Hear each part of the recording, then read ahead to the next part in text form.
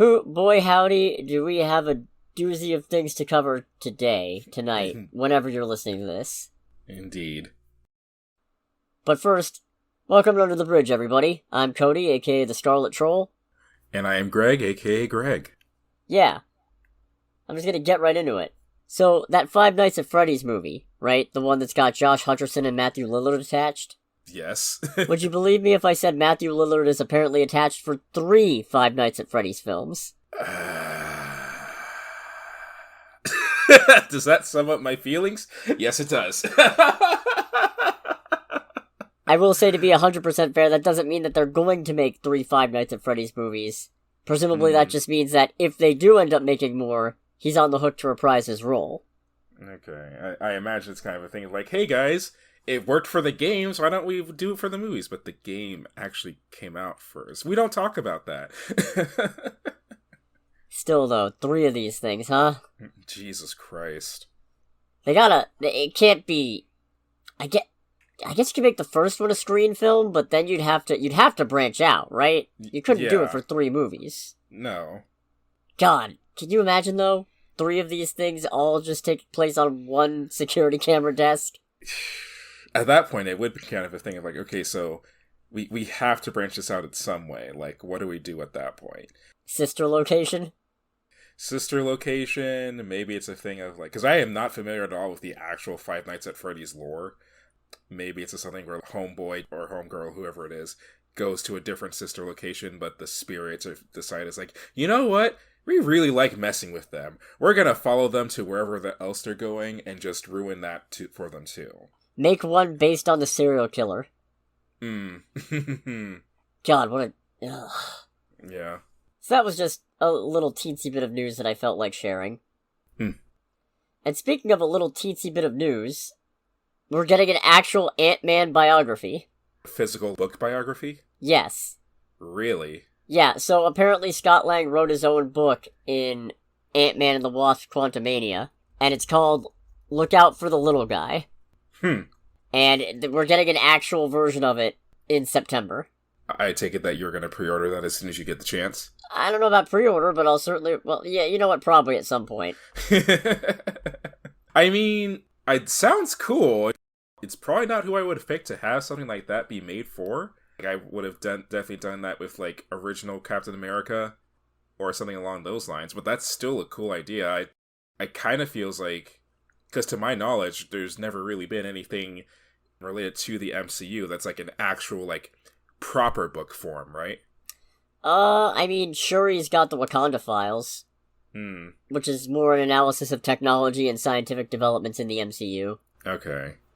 Yeah, that's it sounds cool. It's just, part of my brain kind of also goes like, I'm kind of surprised it took them this long to go, you know what, this sounds like a cool idea. Especially after doing a literal limited run cassette tape for Guardians of the Galaxy. Yeah, I missed that. I thought you got that. I did, and then I think it got chewed up in my old car. Ah, unfortunate. Yeah.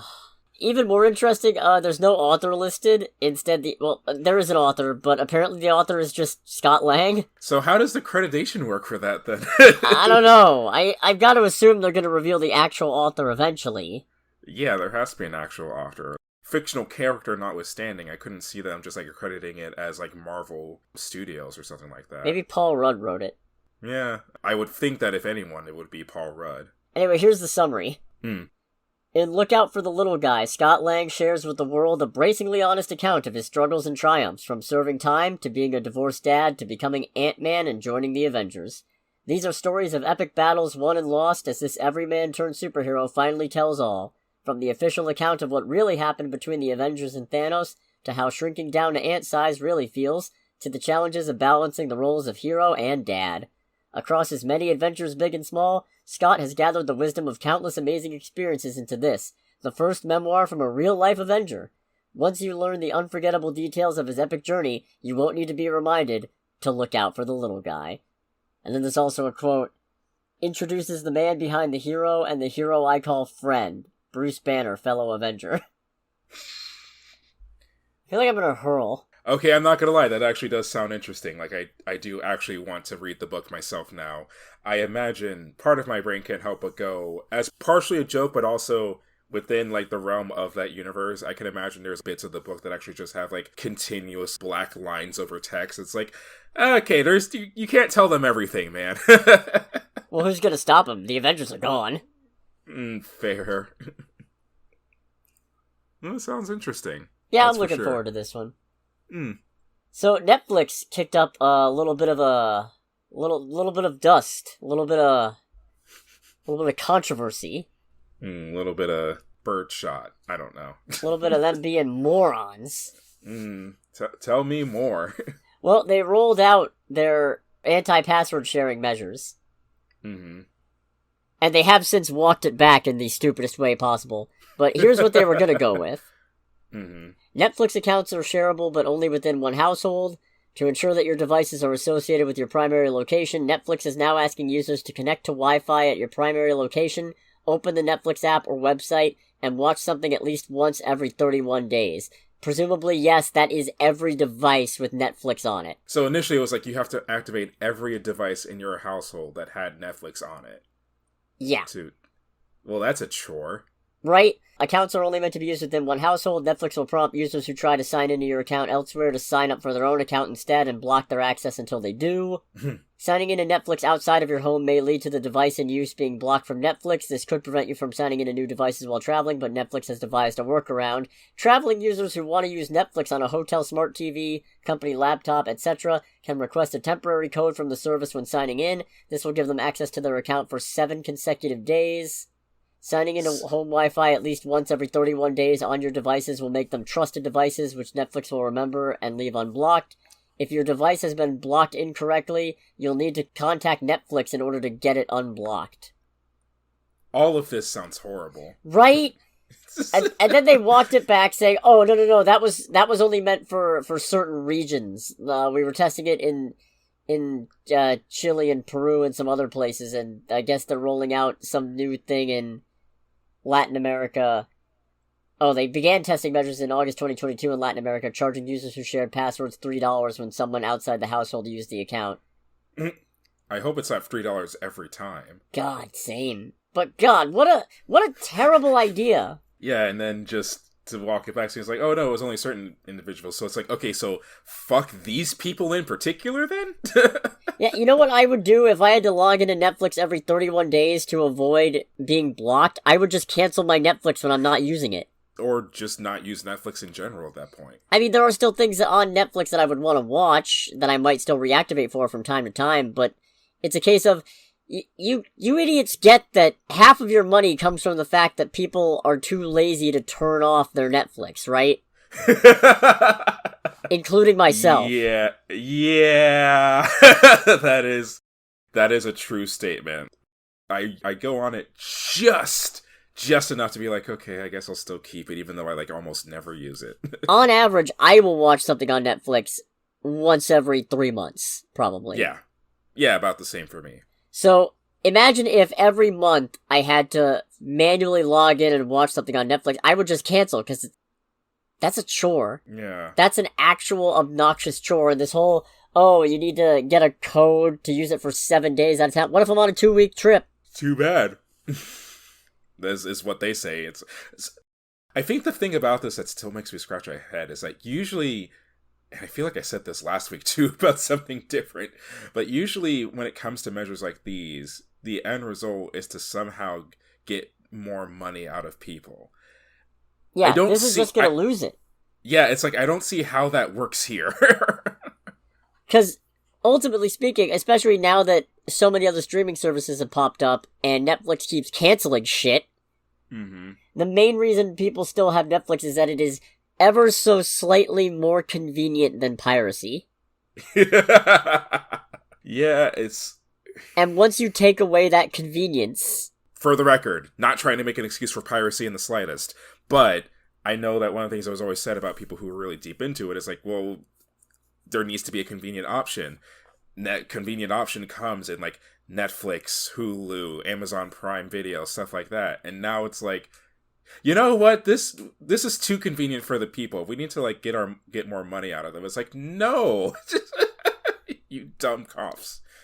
It's like, I think having been in the streaming business for so long, Netflix, quicker than any of them, are hitting that, well, any of the big dogs, because, there's shit like Quibi that went down real quick. But I feel like Netflix, more than any of the other big dogs, is quickly bumping up against the problem of there is a ceiling. The problem with something like a streaming service is that long-term you can only make so much money, because eventually everybody who could reasonably be expected to get Netflix will have Netflix. Right. And then what do you do? There's no more people to sell it to, so all you can do is drive the price up. But if you drive the price up, more people are likely to leave. Honestly, I'm surprised Netflix hasn't branched out into other aspects, kind of like what Amazon and Uber does, or specifically like with like Uber Eats now, where considering that Netflix was like, at least as far as I remember, the real like first pioneers of the at-home streaming service, I'm surprised it didn't go to a certain degree the Blockbuster route and be like video games or other things or something like that through our service as well. Ayo, Ted Sarandos, I've got an idea. Netflix Noms, hit me up. Netflix Knobs becomes the official provider for the Netflix and chill, like Ben and Jerry's ice cream flavor. Yeah, man. Think about it. It's perfect.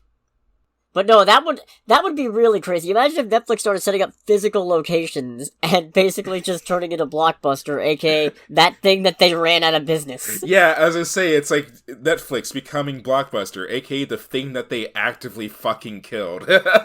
How the turns have tabled. How the waves have tided. Oh, man. Anyways, good for them on walking it back now that they've been caught and everybody rebelled against them, I suppose. Idiots. Just the initial Star Wars for Rogue One, and over Felicity Jones's face is just a thing that says Netflix consumer base and just says, I rebel. Oh, man.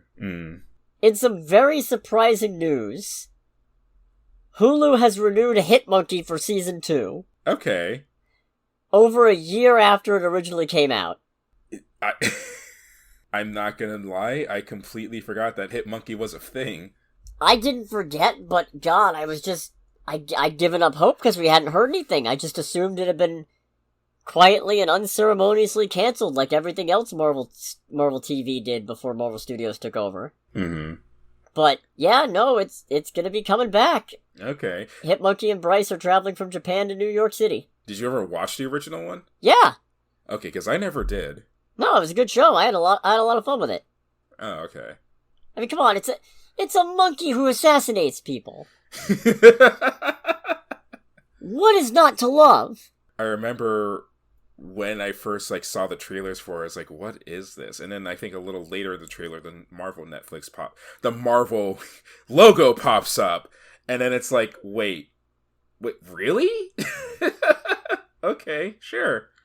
However, apparently the show is dropping the Marvel branding, presumably because Marvel doesn't really want you to think about it anymore.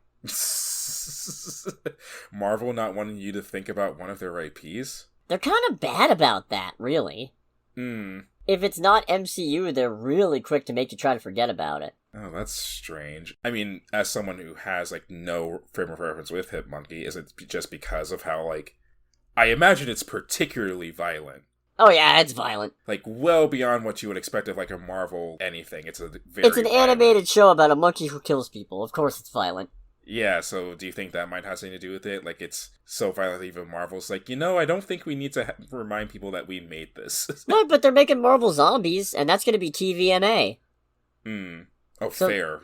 That can't be it. I think it's literally just the case of it's from the previous regime, and it's not part of the MCU or MCU adjacent, so there's no reason to promote it. But it's well, why even bother then? I mean, don't get me wrong, I'm happy.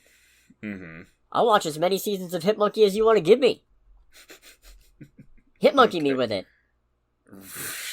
Jesus. I will not apologize for art. Okay, whatever you say, man. Yeah. Don't try to fight me on this. I will win. I will win by pure attrition. Attrition and stubbornness. That's what attrition is. Just, it sounds nicer. That's fair. So yeah, looking forward to that. And now, we've got the big news. The big deal. The big enchilada. The primetime slot. Ladies and gentlemen, I regret to inform you that Pennyworth, the origin of Batman's butler, has been cancelled with its 3rd season ending. Oh. Thanks for coming under the bridge, everybody. Yeah, I was gonna say, you know what? I completely forgot that existed. Well, it's even weirder because not only does it exist, but apparently they treated it like it was supposed to be a prequel to Gotham, but then apparently it's also a prequel to V for Vendetta, allegedly. Oh, really?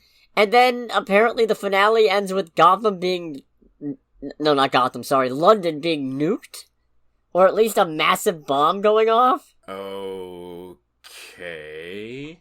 Yeah, I kind of want to watch the show now that it's over. Just so I can get to that moment and be like, that's it? But who knows? Anyways, the actual real big news is that James Gunn and Peter Safran unveiled the first projects of the new and improved, hopefully, DCU. Chapter 1, notice they're doing chapters instead of phases, is being called Gods and Monsters. I mean, that's a good... I don't know. It's so hard not having a frame of reference for this stuff, because it's a good place to... It's like, is it a good place to start? Probably. There's just something in my brain that about it being called Gods and Monsters just makes me go, it's like, oh, that's... Again, with no frame of reference, that sounds kind of boring. It's like, because of course there's gods and monsters. Like, look at what we're working with here. And they're really starting us out with the monsters, because I'm going to go through the slate first. Do you know, we're still not fully sure how everything that comes out this year is supposed to fold in. He did say that, James Gunn, rather, did say that Flash is going to kind of reset the universe. And then it sounds like Blue Beetle's gonna be in the DCU and Aquaman 2 is gonna lead into it, but I'm not sure if that means it's canon. To their credit, they still have time to figure this out. Oh, yeah. So, the proper start of the DC slate is Creature Commandos, an animated series that James Gunn himself has written. The logline for this says, the 7-episode animated show written by James Gunn shows Amanda Waller creating a Black Ops team out of monstrous prisoners. Rick Flag Sr. is presumably leading the team. Weasel is back, and granted, DC's not fully my area, but the characters that were shown in the banner are, to my understanding, Nina Mazursky, Dr. Phosphorus, Frankenstein's Monster, The Bride of Frankenstein, and G.I. Robot. Okay, the robot was definitely the one I was most curious about. I'm just happy to see more Weasel. I do wonder, like, this can't be too far of a prequel, because as I understand it, and bear in mind my understanding is limited, the Creature Commandos were like World War II soldiers who fought Nazis. But I don't think that can be the case here, since Waller's putting them together. Yeah, like, if it's Amanda Waller putting them together, then it's like, okay, so they are not the good guys? They're probably the good guys. It's just like Suicide Squad's a bad example because most of them are bad guys. But right. And I think Dr. Phosphorus is a Batman villain. I think Weasel fought Firestorm once. I don't really remember. Don't ask me how. And also because Rick Flag Sr. looks older than Rick Flag, so presumably, yeah, this is present day. Right. I wonder what it means. Does he know that Waller had his son killed? That's gotta lead into something. Well, is that gonna matter once they do the whole Flash reset? Yeah, this is after Flash. No, but wait. Oh, you mean... Oh, right, because the Suicide Squad. Yeah. Yeah, because it's like... I assume the Suicide Squad is being left alone, because Gunn also clarified later that Flash, is gonna reset a lot of things, but not all things. Well, considering that one of the things he talked about later involved the Peacemaker team, then I would assume... God, this is already confusing. A little bit. It's like, nothing has even come to fruition in this yet. It's already confusing. This is a comic book adjacent media franchise, alright. Yeah. Because we know Viola Davis will be back as Amanda Waller for her own series called Waller. Which, as you said, will feature Team Peacemaker. So that implies the Suicide Squad section is still staying canon, at least. Right. So that raises some... It's also interesting because Gunn also noted that they're going to try to have the same actors play a character across animation TV and games wherever possible in the interconnected DC universe, and anything that's not part of this universe will be explicitly labeled Elseworlds, and he specifically brought up stuff like the Batman, Joker, Teen Titans Go, presumably Superman and Lois, because he also said that probably has a couple more seasons, at least 1 or 2 more seasons in it. So Waller's an interesting choice, because she's kind of awful. Kind of awful. Just a smidge. I mean, granted, I haven't watched any of Peacemaker still, but even for all the bits I've seen of her so far, I think from the instant, it's like, I really need this woman dead. Yeah, that's kind of Waller. So much. But you'll never see it happen. Mm-hmm. I'm pretty sure she's running Earth 3 right now in the comics. Oh, really? Yeah, that's the one where everybody's awful, so she fits right in. She's the leader of the awfuls. Yeah, that sounds about right. Yeah. So, the thing that James Gunn has described as the proper start of the new DCU is Superman Legacy, which will be released July 11th, 2025. James Gunn is writing it, and some sources suggest that he's likely to direct, but that's not confirmed. Apparently it will focus on Superman balancing his Kryptonian heritage with his human upbringing. Okay. And the way James Gunn talks, it sounds like, yeah, they really got a handle on what he's supposed to be. Well, that's definitely good. I am apparently one of the weirdos that didn't completely hate any of the things that Superman has been in as far as movies so far, but I will say it did feel like it's like, all right, we know Superman is supposed to be cool, and that's about it. Like, anything else isn't really completely nailed down. There wasn't a lot of character to him after Man of Steel. He was just kind of there. Yeah, no. I felt like they were banking on his presence being what carries him more than anything else. And while, yeah, that is definitely part of it, the guy still has to be, like, personable to a degree, at least. Yeah. At this point, I'm gonna diverge a little bit from the slate, because Gunn was also reflecting on the DCU's journey so far during this announcement, and here's what he had to say.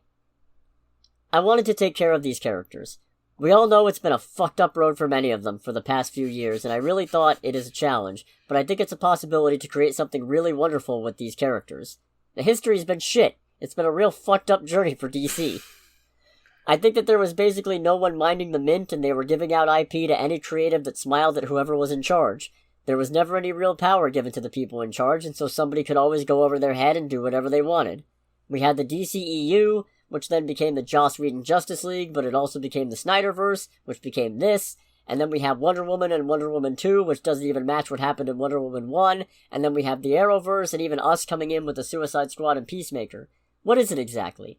And all of a sudden, Batmite's a real guy. So how can we take these things together and make them make sense and have them unified and have them be one real universe? One real world. So, good on him. Yeah, for keeping it real. Keeping it real.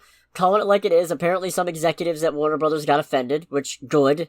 Yeah, it's like, how could he say it? It's like, cause he's fucking right. He's out of line, but he's right. Because you motherfuckers did this. It's like, he's out of line, but he's right, guys. Exactly. I love recording difficulties. They're the freaking best. Yep. Alright, so you were saying, while we were taking pot shots at all the executives who got us to this point. It's the whole thing, like, he's out of line, but he's right. And with his comment about the creatives who just had to smile, it's like, I say this acknowledging how much easier I personally am to please. I feel like in a lot of those projects, there's still, like, some minute bit of thought process and love and whatever, but otherwise it's like, yeah. I think that was a shot at Dwayne Johnson. Oh. Considering the whole, he went straight to Zaslav to get Henry Cavill back as Superman. Fair. So that's probably what that was. And also, good on him for also acknowledging, yeah, our way of coming in and doing stuff also helped contribute to how completely crazy this is. He's throwing shade where necessary, including at himself and his company. So it's like, alright, at least everyone is on the same level of shit. I think the really funny part about that is him going, and all of a sudden Batmite's a real guy, and that's a reference to, he was established in Peacemaker to be an actual thing. So all I can think of, that was you! You're the one who did that! Maybe he's like, oh, I shouldn't have had Shadow Clock that hard. Your hands are not clean in this, so I'm glad you're acknowledging that, because Batmite, you think it's totally inconsistent that Batmite exists, that's your problem. It was all you. At least he's willing to throw himself on the pyre. Yeah. That's not the only thing he's throwing himself on if this doesn't pan out. But anyway, Superman Legacy, yeah, super looking forward to it. It is going to be more early day Superman. Apparently casting has not started yet. Okay. We're getting Lanterns, a TV series, live action, with Jon Stewart and Hal Jordan. It's said to be a little bit True Detective, but with space cops, and the mystery that they uncover is going to lead into, I guess, the broader plot of what they're planning on doing with the DCU. So that's probably actually the one that I would say I'm most interested in, just because I feel like Green Lantern is something that, again, as someone who really doesn't delve into DC stuff that much, it seems like one of those things where it's like, DC keeps on going on about, this is like such a tantamount character, and the people who are fans go, this is such a tantamount character, but it feels like it's like, alright, for a tantamount character, I feel like they don't get the love and exposure that they deserve from the people that actually make the stories. Right. Especially, like, since there hasn't been anything in the movie verses or anything about them. No, there was a Green Lantern in Justice League, remember? He died at the beginning, in the prologue fight against the forces of evil. Oh, right. Yeah. And that was it. And then I realized how stupid that was. They had a whole subplot in the Arrowverse with John Diggle becoming a Green Lantern, potentially, and then they just tossed it aside. No, because with the whole Justice League thing, I think I remember going, oh, it's Green Lantern, and just, like, you know, never see anything from that again. It didn't register in my brain, and now it's like, man, that was stupid. That was such a letdown. Yeah. Because, no, the Lantern Corps is an amazing, expansive part of DC, especially from the 2000s onward, once they brought Hal Jordan back and they introduced the rest of the Corps, like the Parallax entity and the Sinestro Corps, the Red Lanterns, the whole emotional spectrum. That was a big deal, and it led to some really big stuff. And I wonder if maybe that's what he meant. Oh, here's to hoping, I suppose. Maybe we're getting Blackest Night and Brightest Day. Are those actual character names? No, those are event names. Oh, okay. We're also getting The Authority, which, I'll admit, I know very little about.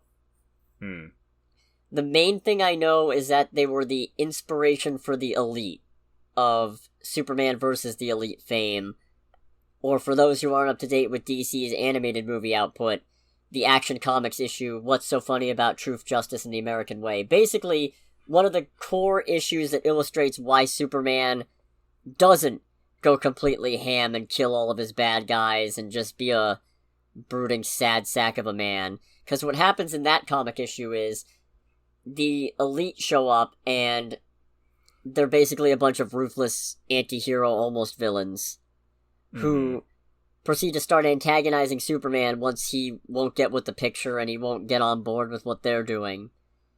And then they proceed to push him too far by making it look like they murdered Lois. And oh boy. And he proceeds to go apeshit. And he wrecks all of their shit. Does a whole bit about how does it feel to be the victim and that kind of thing. And then when Manchester Black, their leader, is basically shitting himself with fear, turns out, oh no, the whole thing was a setup. Superman was demonstrating, yeah, this would suck if I did this. That's why I don't. But that doesn't really have much to do with the Authority themselves. Just to illustrate, that's about all I know. That is the visual representation of there's nothing more to fear than the anger of a gentle man. Exactly. Apparently this one's a passion project of James Gunn's, which I'm very interested to see what that is then. Yeah. Especially starting out, because that's the kind of thing where it doesn't feel like a opening move, you know? Right. That feels like a way down the line bit. I imagine it's the whole thing of like, alright, gotta get if it's a new story or a new whatever, you have to do what you can to get the people interested in it for the long run, since this is the proverbial first paragraph of what they're trying to do. Yeah. So, I feel like a passive project, throw it in. Especially considering, like, how much clout is around James Gunn with his new role in all of this. It's like, alright, that's definitely a good way to, like, really get people's attention and raise some eyebrows. Oh, yeah. For better or for worse. We're getting a Paradise Lost TV series. Apparently it is, I guess, a Wonder Woman prequel? Yeah, it's like, oh, okay. I don't know. I have nothing else to say. I had nothing else to say to that other than okay. Well, what I think the most interesting thing about this slate is, and I guess, you know, it can wait until, the broader point can wait until we've covered the whole thing, but I think this is a good way to still have something Wonder Woman-centric while you figure out what you're actually doing with Wonder Woman. Because one thing James Gunn said outside of this presentation is that the door is open for Gal Gadot, Jason Momoa, Zachary Levi, and he also said Ezra Miller, but I don't believe that, and I'll get into that in a little bit. No, I don't believe that for a second. So, but they also said that each actor is only going to be playing one character, which presumably means that part of what's going on with the Jason Momoa situation is they want to see how Aquaman 2 does, and if it's worth continuing that series. And if it is, and he wants to stick with Aquaman, he'll be Aquaman. But if it's not worth continuing Aquaman, and they want to tack on a different direction, then he could still be Lobo. Is what I think is going on there. Ezra, I'm pretty sure Ezra's just out, and it's just a matter of A, they can't say that because that'll tank the movie. And also, apparently there's a Screen Actors Guild rule that you can't talk about someone's employment or terminate them or something like that while they're in active recovery. So that might be another part of it. That they actually cannot say Ezra is out at this time. We'll see. Yeah, when he mentioned the whole thing of, oh, Flash is going to be like the full reset, it's like, okay, so Ezra Miller's out. Presumably. Yeah. But we'll see. Yeah, like if there's ever a way to do it or a point to do it, that would be it. There would be literally no, I hate to say better, but there would be no better opportunity to do so. Yeah. We're getting The Brave and the Bold. Which is going to be Batman teaming up with his son, Damian Wayne Robin. So, I have to ask, because I did watch the video where he talks about, like, the whole Chapter 1 thing in a potential deviation from this. What is with Damian Wayne holding a sword over Batman's head? Oh, Damian's a murderous little shit. Okay. Yeah, like, no, his mom, Talia al Ghul, is the daughter of the leader of the League of Assassins, Ra's al Ghul. Okay. And he was raised to be an assassin, and Batman's trying to, like, decondition him from that. But he's an arrogant little dickbag who thinks he's better than everybody else. Does Damian pull an assassination classroom thing where he tries to take every opportunity possible to murder Batman, and Batman just snarkily and sarcastically, like, just stops him? Nah, he doesn't try to murder Batman, but he's not afraid to murder criminals, so Batman's trying to rein in his impulses to do that. Just try to show him, no, there's still stuff you have to learn, you can't handle everything on your own yet. I don't remember the game, but I remember there being a game that had Batman and Damian Wayne, and Batman's talking to Damian about how he can't just kill people outright or whatever, and it cuts to a scene, or the video I watched cut to a scene of Batman just pummeling someone's face and then knock him out, and Damian just walks up behind him and is like, so I can't do that, but punching the crap out of people until they're knocked out and have a concussion, that's totally cool. It's nuanced. It's like, I think I like this character. Yeah, Damian, I'm not a huge fan of Damian, I'll admit, but at the very least, it sounds like this is also going to introduce more of the Bat family beyond just Damian, which is exactly what I've always wanted from a Batman movie. I want a Batman who's already in the swing of things, and he has allies, and he's mostly got a handle on his shit, and yeah, there's still challenges and problems, because Batman is not something you do when you have all of your shit together, but No, not at all. But give me Nightwing. Give me Tim Drake as Red Robin or whoever you want to do. Just don't call him Drake like you did that one point. That was fucking stupid. Give me Barbara Gordon, especially since you canned the Batgirl movie, which I'll have some more to say about in a bit, but Jesus. I'm very excited. Mm-hmm. Very happy for this. We're getting a Booster Gold series. So you know what? I fully acknowledge this is probably something that we've actually talked about, like there being a Booster Gold series, and it just completely left my brain. But I remember you talking to me about, I forget, like, who you said you wanted to cast as Booster Gold. Glenn Powell. And I was like, why does he keep on bringing this up? And I see James Gunn says, oh, we're also making a Booster Gold thing. It's like, this is actually happening. What the hell? Yeah, no, I mean, look at that image of him doing the thumbs up and tell me Glenn Powell wouldn't rock that look. Probably would. Yeah, no, he'd be perfect. Mm-hmm. Absolutely brilliant. I keep seeing people say Chris Pratt. It's like, no, that's the broke perspective. No. That is neither woke nor bespoke. And I like Chris Pratt, I just don't want him as Booster Gold. Yeah, no. It's also interesting to me because, okay, this is probably me reaching, and I wouldn't be surprised if this isn't the case, and I'm not going to put too much store in it because I don't want to set myself up for disappointment, but I find it really interesting that Booster Gold, a time traveler, is getting his own series in between Superman Legacy and the other thing, one of the last things they announced, Supergirl, the Woman of Tomorrow. And I know Woman of Tomorrow is just a nod to how Superman is called the Man of Tomorrow. I'm reading too much into it, it's not a thing, but, Supergirl is also very heavily associated with the Legion of Superheroes who exist in the 30th century, and one of Booster's stolen bits of technology is a Legion flight ring. So, the gears are turning in my head, and it's probably nothing, but it might not be nothing. Right. God, I'm excited. I am excited for Supergirl Woman of Tomorrow, but I'm also very surprised. Mm-hmm. Not that Supergirl is getting a movie, but that she's getting a movie this early into the reboot, because I wouldn't figure they'd do Superman and Supergirl together. They are, of course, different characters, as Gunn himself illustrated. Superman has been raised on Earth and basically sees himself as an Earthling.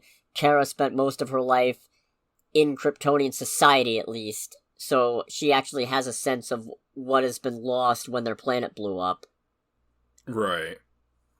And apparently this one is based on a very recent run that I haven't had a chance to read yet, but now I'm gonna have to check out.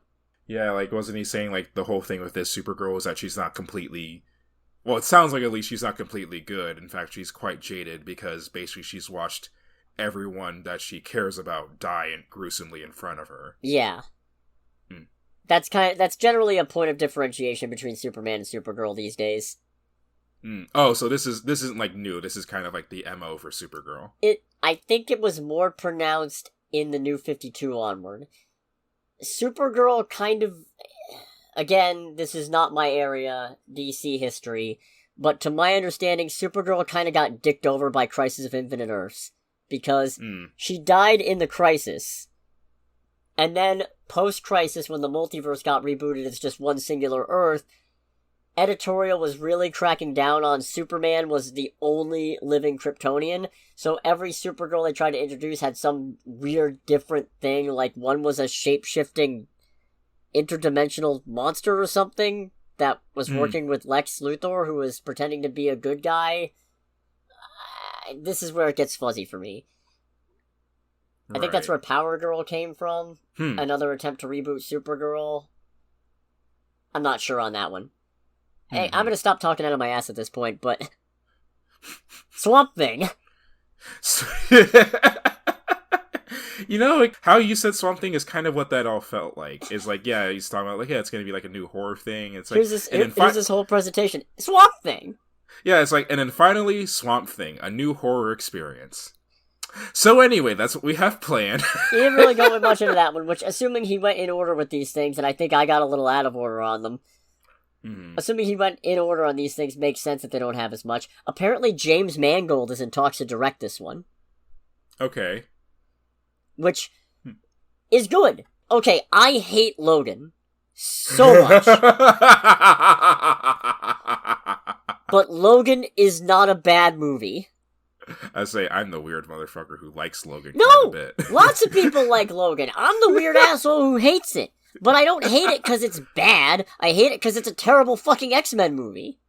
Right. And because all of its emotional impact is based on saying goodbye to Hugh Jackman and Charles Xavier and Patrick Stewart's characters, but these characters have been so sporadically done and so dicked over by all this editorial studio money-making bullshit that it's hard to give a fuck that they're gone. Right. So that's my problem with Logan. It's not that the movie is... Okay, the genetic corn thing is kind of fucking stupid, but... but that doesn't sink the whole movie. Professor X having an aneurysm and taking out all the X-Men sinks the movie. That was just uncomfortable. Yeah. That was just deeply uncomfortable. Indeed it was.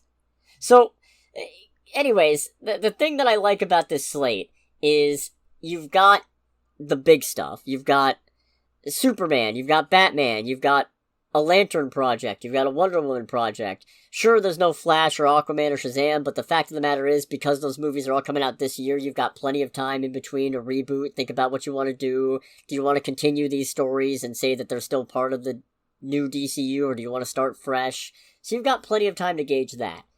You've got the middle of the road characters where people outside of comics have heard of them, but maybe not to any big extent. Like, you've got Supergirl, you've got Swamp Thing, you've got Booster Gold, that kind of thing. Right. Yeah.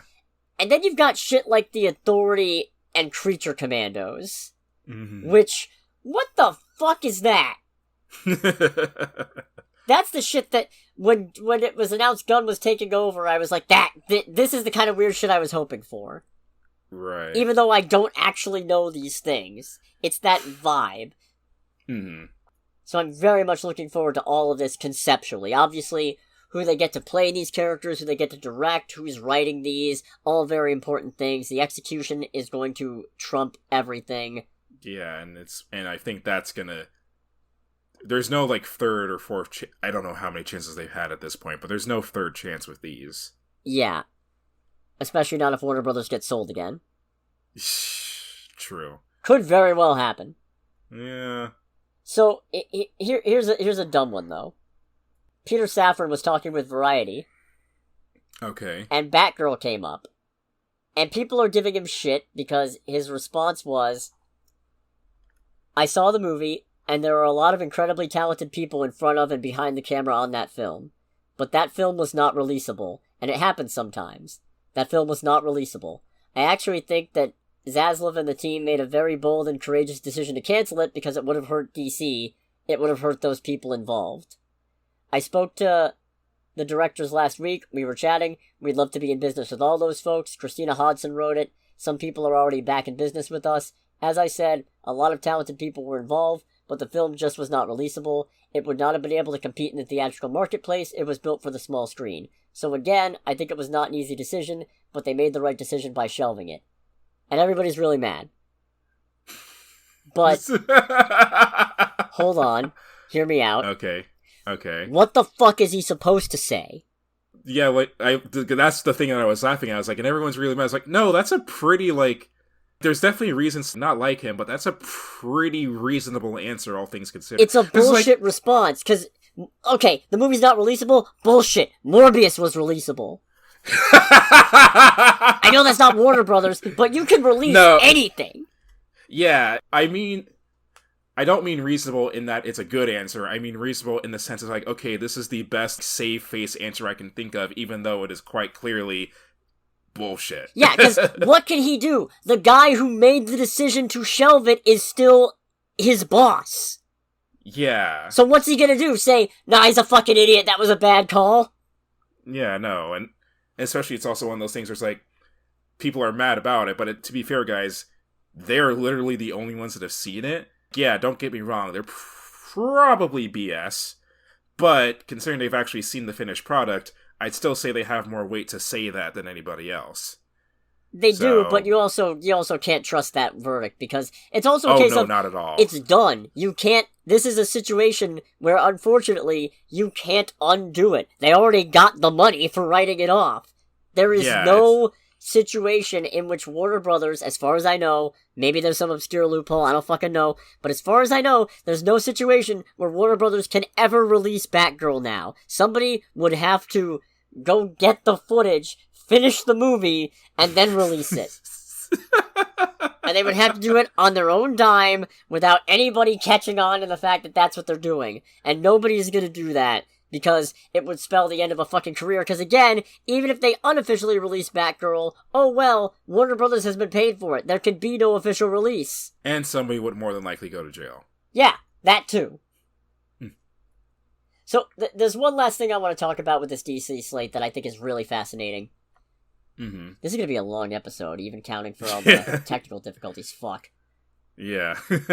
And the thing that I find really interesting is Gunn also went on Twitter and revealed some of the books they're drawing inspiration from, and he was clear that they won't be direct adaptations necessarily, but it's the feel, the look, or the tone that they're going for, and using as touchstones for this DCU. And those were All-Star Superman by Grant Morrison, Volume 1 of Batman, also by Grant Morrison, The Authority Omnibus by Warren Ellis and Brian Hitch, okay, and Alan Moore's Absolute Swamp Thing Volume 1. By Volume 1 of Batman, do you mean like original No, like Batman? it's relaunch. It's the Volume 1 of Grant Morrison writing Batman. Oh, okay. Yeah.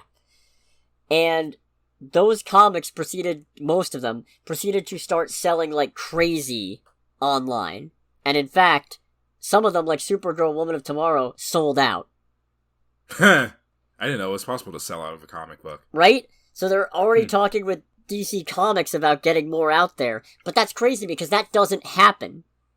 That really doesn't happen. And it's great because not only does it gain awareness for these writers and these artists and these stories, but it's also just really nice to have this is sort of a frame of reference of what you can expect. And it's one of those things where it frustrates me because I like Marvel a lot, but they don't do this. Mm-hmm. They don't generally say, yeah, we're making this movie, here's something you could, like, read if you're interested in this character. At least Kevin Feige doesn't do that. Right. And I feel like that's such a missed opportunity. And it's born out of, A, they don't want to have a bunch of sweaty neckbeards getting mad about all the deviations they're taking from the source material. And it's also, they don't want to risk spoiling stuff, I guess. I don't know. But it's like, comics are kind of a dying medium at this point, man. Yeah, no. They're not alright. Mm-hmm. And you could drive up so many sales by going, here are some things that we're using for inspiration. You hear the creators talk about it, the individuals on projects sometimes, but you very rarely ever have, and during any of the big presentations and slates, reveals and what have you, you very rarely ever have Feige going, here's some books to check out. So this is cool. You know what's funny about that? It made me realize how to just give a complete kickback. When Jessica Jones first came out, or was coming out, there were several interviews with David Tennant about him being Purple Man.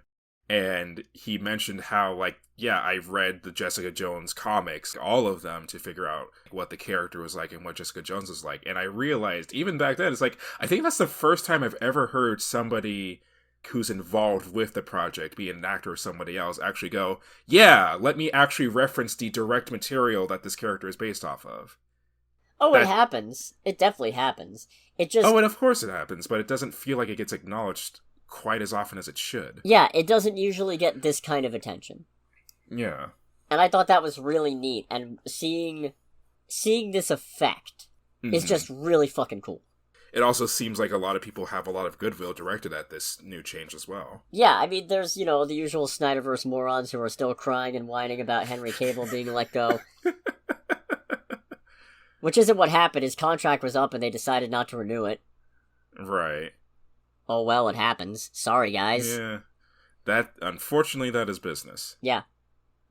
But yeah, everybody seems decently optimistic about this, and I think it also helps that they've also said they're shooting for like 2 movies and 2 series a year, so that's not too out of control. They're determined that no work is going to start on these projects until the scripts are done, which is also good. Making sure that there's a consistent through line in these, because a lot of these movies don't figure out their third act until the end, and it shows. I'm not saying it's necessarily the worst thing, but I am saying trying it the other way doesn't hurt. It's a noticeable trend. Yeah. So yeah, I can't wait. I'm very excited for all this. Mm-hmm. Should we even bother with trailer time? Not if you don't feel it. Because, like, the only 3 trailers I could find weren't anything huge anyway. Yeah, I mean, the best I can do is that I can rapid fire the 3 trailers, those being The Covenant, Big George Foreman, and moving on by saying I am into each and every one of these for different reasons. I'm really only interested in moving on, if I'm honest. Well, moving on was definitely the one that I was the most interested in, because it's like, this looks stupid, but it also looks really cute and for some reason. It's Jane Fonda, Malcolm McDowell, Lily Tomlin. You know Lily Tomlin's the voice of Miss Frizzle in the original Magic School Bus? Really? Yeah. I had no clue. So yeah, that's a good cast, and I like that, but Big George Foreman, it feels like I've already seen the movie just from watching the trailer, because it feels like they've outlined all 3 acts of the movie just in that trailer. Yes. And then The Covenant, I don't know, I like Jake Gyllenhaal and I like Guy Ritchie, but it just seems kind of generic. I mean, I'm into it just because I am a fan of, like, military movies. Okay. Especially, we'll say, a bit more down-to-earth military movies, not completely the whole, like, America's the best type of deal. Fair. Really, so, yeah, moving on, I definitely want to see, but the other 2, it kind of depends on what else is out those weekends. Fair. Let's talk box office. Oh boy. And let's bring back my favorite game ever. Did we see the highest grossing movie domestically this weekend? And the answer is yes, actually. Oh, okay, I was gonna say, no, it's because it's still Avatar. No! Alright. No! Wow. I didn't think this was gonna happen for another 2 weeks, but Avatar The Way of Water, domestically at least, has been dethroned this weekend. Because it was Knock at the Cabin in first place, with $14.2 million domestically this weekend and in total, for a $21.2 million worldwide total. In second place, also not Avatar! Oh, okay. It was 80 for Brady! Wow, from first to third, I'm guessing. $12.5 million domestically this weekend and in total, with no international release information yet. Third place, yes, it was Avatar The Way of Water, which took in $10.8 million domestically this weekend. In fourth place, Puss in Boots: The Last Wish at $7.9 million domestically this weekend. And in fifth place, BTS Yet to Come in cinemas, $6.2 million domestic. I'm sorry? I guess it's one of those, like, a band performing a song or a concert, and it's presented live. Does that count? Yeah, it counts. Okay. It's number 5 domestically. I just realized I forgot to get the domestic totals and the international totals for most of them, but oh well, you know what, I'm moving on. This has gone long enough. Oh boy. So, Knock at the Cabin. Knock at the Cabin. If you've seen any trailers for this movie, it's exactly what the trailers indicate. Yeah. The trailers give up a lot of the movie. It's a couple and their kid are having a vacation in a cabin, and then 4 strangers show up, break in, tie them up, and say, 2 of you have to choose to sacrifice another, or the end of the world's gonna happen. Mm-hmm. That's the movie. That is the movie. Yeah, there's no punchline. The punchline is that there isn't a punchline. Yeah. My big takeaway from the movie is that Dave Bautista is the best part of this movie, and he needs more leading roles. Oh, he's fantastic! I don't think this is really a spoiler to get into, but his character is a 2nd grade teacher who also coaches the school basketball team, I think, and also maybe some after-school programs. And he just, despite being an absolute hulking beast of a man covered in tattoos, he exudes this gentle friendliness and this air of genuine regret for what he feels that he has to do. Mm-hmm. He's phenomenal.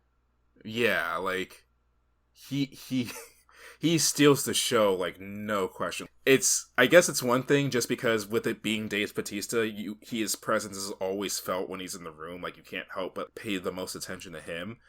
But boy, does he utilize it well. every time when he takes the lead, he is the leader. No question about it. He's so good, it took me forever to realize Rupert Grint was even in this movie. I realized it from the trailers. I was like, oh shit. No, didn't even notice. Didn't notice until the movie was going. It's like, oh boy, Ronald Weasley's in a doomsday cult. Anyways, I kind of hate this movie. Yeah, it's not the greatest thing. Because it's funny because, so, it's hard for me to figure out what's a spoiler and what's not when the trailers pretty much gave everything away. Mm-hmm. But if you've watched previous episodes and you've watched me talking about the trailers during trailer time, you know one thing that bothered me was that in the original novel, apparently, the circumstances of the apocalypse were left relatively ambiguous. Mm-hmm. Whereas here, all the ambiguity has been taken away and it is confirmed, yes, the apocalypse is happening, planes are falling out of the sky, a tsunami's happening, lightning strikes, what have you. And I was very upset by that, because I feel like the ambiguity was what actually sold it. Having seen this movie, I understand why they did it, because if they hadn't kept those apocalyptic scenes in, this movie would be intolerably boring, and I feel like it is even with them. This is just dull. It's just, here's the premise, mm-hmm. and that's it. The premise is the movie. It's the trolley problem stretched out to an hour and 40 minutes, and boy howdy, The Good Place tackles it way better than this could ever do. When you said that in the theater, I did actually have a small epiphany, because it's like, holy shit, this is an hour, like, what was this, like an hour 40 minutes? Yeah. This is like, it's an hour and 40 minutes of the trolley problem. And it's just, it's like, man, it's like that both made the movie a lot more clear and kind of ruined it for me at the same time. Other than Dave Bautista, almost everybody is kind of dull. Rupert Grint stands out a little bit.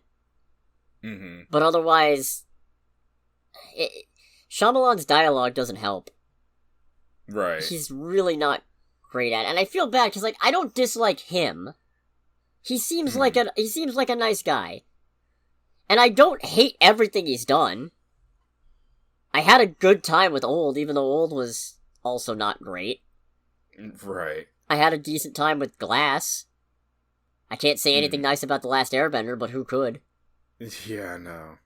And really, I also want to go back, because I haven't seen a lot of his older movies, and I feel like I need to fix that, because it sounds like that's where most of the really good stuff was. I don't know. I mean, granted, I haven't watched his older stuff in forever, but I do distinctly remember when his name first hit the scene and people saw his first movies, I feel like he was kind of seen as a joke from the get-go.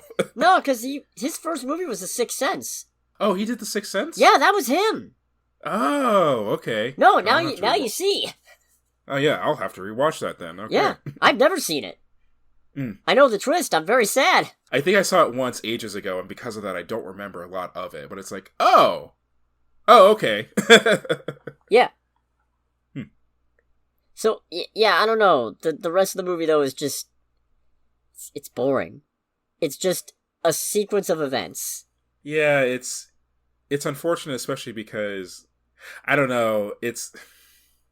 The thing I want to talk about, I can't tell if it's a spoiler or not, because it doesn't cover specific events in the movie, but it does cover, like, how the movie tries to have certain events play out, if that makes sense.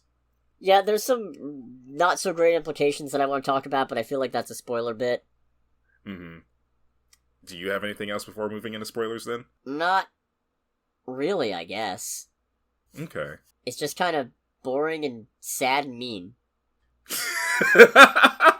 The movie, yeah, you know what, the movie is kind of mean at certain points. Boring, sad, mean, and confusing. Yeah, there are a couple, like, particulars in the movie where I go, it's like, oh, come on, man, you don't have to do the dude like that. Giggity? So if you don't want to be spoiled on anything major for Knock at the Cabin, click away, because we're going to get into spoilers in 3, 2, 1. So, I don't remember, because now we're just going to get into, I guess it's not just spoilers, but also more specific details of the movie. Mm-hmm. I don't remember what Wen said at the start that made me write, this kid is with it. I think that's what got us to, no, because I don't remember. I think we started nodding a little bit, and then she said her favorite movie was Kiki's Delivery Service, and then we were both just, yeah, alright, no, movie. This kid's got it. Yeah, this kid's based. Alright, this kid's a champ. And then Dave Bautista's just like, I've never seen that one. I'll have to watch it later. Oh man, that's really sad. It has like narrator, he does not watch it later. Why is this movie R-rated? Well, I imagine the swearing's a big part of it. But you could cut that out easy. Yeah. There's no reason for this to be R-rated, because, like, the violence is barely there. Most of it's off-screen. So it's weird, because with some of the off-screen kills, because, like, all the kills are off-screen, I kind of felt like, okay, I think it's trying to do the thing that Megan did, because with Megan, the kills were also off-screen, but they were absolutely plenty of details and other aspects in the kills to let you fill in all the other little bits. Yeah, well, come to think of it, you know what? Megan does a better job at kills with a PG-13 rating. No, that's what I was going to get into. That's crazy! Yeah, that's what I was going to get into, because like the one that sticks out for me is when she kills the woman with the pressure washer. And the thing is that you literally hear her dying, and you see the water turn into blood. But with this one, because of all the details that they give before the deaths happen, I feel like the reason why if it got rated R, it's because of that, is because the setup for the kills is a lot more gruesome, because it's like, okay, you know, it's a tiny robot girl with a pressure washer versus someone having kind of like a literal bag over their head with sharp objects pointed directly at the base of their head. Yeah. And we also see Rupert Grint fall to the floor with two giant-ass like spades in his head, too. But it's like, okay, if that's what got the R rating, fair, but still not as good. Right. That barely counts, in all honesty. At which point I'd say it's probably the dialogue more than anything else. Yeah. I don't think this is supposed to be strictly the Christian apocalypse. I hope not, because if so, this is even more confusing and honestly really weird than regular religion. Yeah. I mean, for me, it was the bit where, I forget the couple's names already. Eric and Andrew. Yeah, because Eric was the one who had the concussion, I believe. Yeah. When he's talking about the character traits of each of the four, and how it's like, they're the four horsemen of the apocalypse. No, they're not. Because he describes them as malice, nurturing, guidance, and healing, and I'm pretty sure none of those are the horsemen. No, that's not correct. It's not even a thing of that's not how that works. It's like, no, that is objectively incorrect. And it's so confusing to me how this is supposed to work. Because, okay, so apparently every time they refuse to make a choice, and the time frame keeps decelerating for some reason, but every time they refuse to make a choice, another plague is unleashed, and it seems like it's triggered by one of the horsemen allowing the others to kill them. But what? Yeah. Why don't they just not? Yeah, that was the other bit that confused me when they said every time you say no, portion of humanity gets judged. It's like, okay, so what's stopping them from speed running the end of the world? Like, they could just constantly sit there like children and say, no. It's like, well, this was supposed to take 4 days, but now the whole world's gone in 5 minutes, so good luck, guys. And I feel like, and obviously, you know, this isn't about the ins and outs of the choice, but I'm a nitpicker, and the movie's emotional impact didn't distract me, so I'm going to nitpick the hell out of this. Okay, go ahead. Say I'm a I don't know, a devil lawyer or something. I'm gonna point out, Eric is concussed. That completely invalidates his ability to make a choice. Right. That would never hold up in court. Yeah. And then at the end, it ends up, the rules don't matter anyway, because, so, he was very clear at the start, Dave Bautista was, Leonard, that two of them need to choose to kill the other one, and no one's allowed to leave until a choice is made. And then at the end, Eric and Andrew send their daughter Wen off to go hide in the treehouse while they make the choice. So, it's two of them choosing to sacrifice one, and one of them left. Shouldn't that invalidate the whole thing? Shouldn't God be like, didn't count?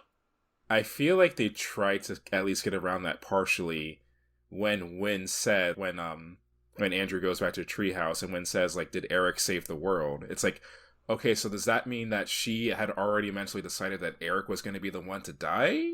Don't know. Because if that's what they were going for, that's very shit. Yeah, and also, okay, so here's the thing. So apparently in the original novel, Wen dies. Oh, yeah, that's not happening. No, in a but movie. she doesn't get willingly sacrificed. I guess there was a scuffle with the gun, and she accidentally got shot, and that explicitly did not count. So then it fell on Eric and Andrew to sacrifice one of them, and they both decided not to, and then the novel ends very ambiguously with them waiting to find out what happens. And I think that's a much better ending. Because once you establish that the apocalypse is real and that they have the ability to prevent it, and you focus on the aftermath, it's all just kind of fucking silly. It's like, oh yeah, the water suddenly pulled back, and all of a sudden nobody's sick with this totally not COVID pandemic anymore, and planes stopped dropping out of the sky, what kind of a fucking plague is that? And that's kind of the thing I was trying to get into with the problem with the trailer revealing as much as they did, because I feel like what they were trying to go for, because one of the things that the movie constantly like plays with when each of the plagues happens is that the movie also explains is like, and gives, I won't say good, but at least somewhat barely plausible explanation for each thing. Like how they talk about, like, I think it was called like the X9 virus or something. We've been hearing about it for months. Yeah, and how like what was shown was like a pre-recorded news event about it. And the thing with like the first thing was like tsunamis hitting like the West Coast and destroying the West Coast of the United States. How, oh, this happened hours ago, before they even showed up. And it's like, this would be good if you didn't see the trailer. Because clearly what they're going for is having tenseness build in these coincidences and being like, okay, well, there's an explanation, but this is still so fucked up that it could still be the apocalypse. So where could it go? It's like, well, if you've seen the trailer, you know what fucking happens. Yeah. I don't know, this just did not click with me. Yeah, no. And it's kind of weird to me that Rupert Grint is the only one, O'Bannon, is the only one... Sorry. No, it's fine. Is the only one with a prior connection to them. Yeah, and you know what? I will have to give him props for that, because I thought it was going to be a whole mistaken identity thing, especially with how because there's a flashback scene where Andrew gets attacked, and even still, it's not the person who attacks him, his face isn't shown very well, and then at the very end, when they find his ID, it's like, oh, it's his ID. It's like, well, shit! Okay, you know the other weird thing to me on that?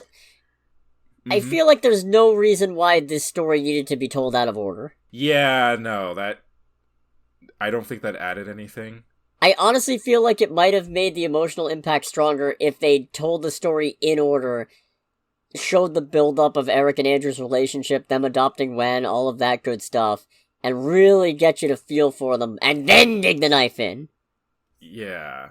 For me, it was the thing of, like, towards the tail end, after, Rupert Grint attacks Andrew, and they show, like, how that got him, like, go work out and get a gun and all that, and it's like, okay, shit's already hitting the fan. It's hard for me to care about this right now. Yeah, because we're already in the middle of it.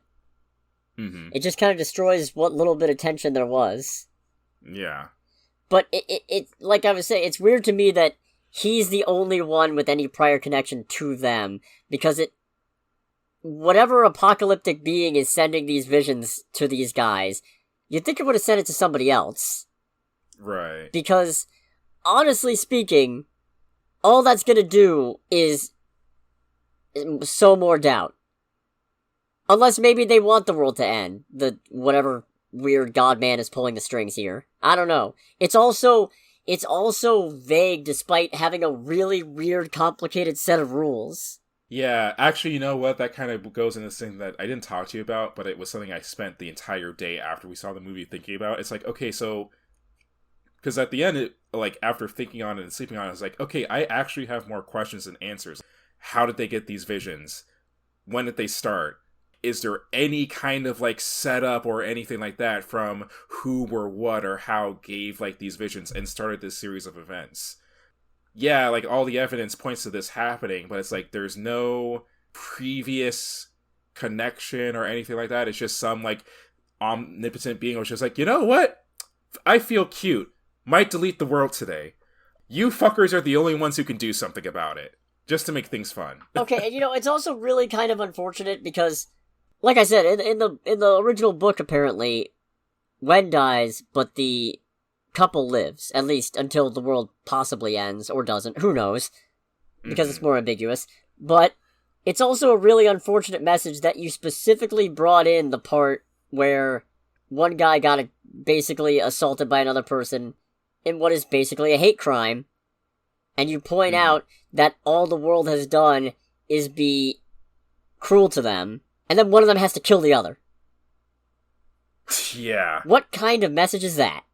Especially after having a whole bit beforehand with Eric saying, it's like, I see you, like, the two of you having a wonderful life together, you still raising her, having a happy relationship, she's found someone she loves, she's still just as quirky as, like, everything else, and you guys are happy. It's like, yeah, but you die.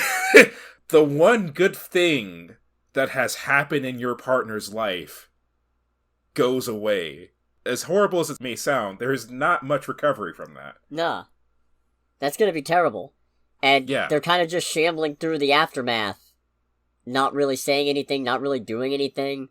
Mm-hmm. They're not gonna recover from that. No, they're not. And I know the whole point is that it's not fair and it's messed up, but it's also, to what end? Yeah. It doesn't seem to be saying anything about it. Again, with the whole, like, vision that Eric was having about having a happy life, because the movie ends with Wen and Andrew in Dave Bautista's truck, messing with the radio, but still very clearly still, like, recovering from everything that happened, trying to make sense of everything. I'm gonna go, no, there's no way they have a happy life after this. Nah. I'm sorry. He was concussed! So sorry.